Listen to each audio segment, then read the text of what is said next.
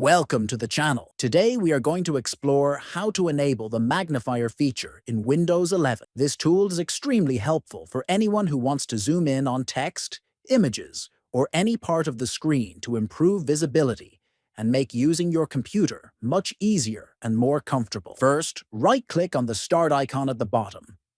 From the list that appears, click on Settings. Next, in the Settings window, select Accessibility from the left-hand menu.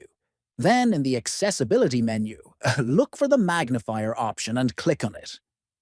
Finally, turn on the magnifier by toggling the switch to the On position.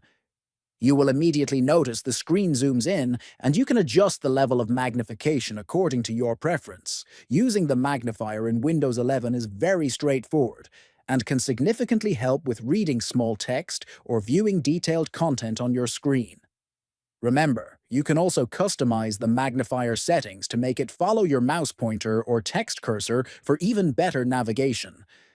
If you found this video helpful, make sure to subscribe to the channel, give it a like, and share it with your friends. Thanks for watching, and see you in the next video.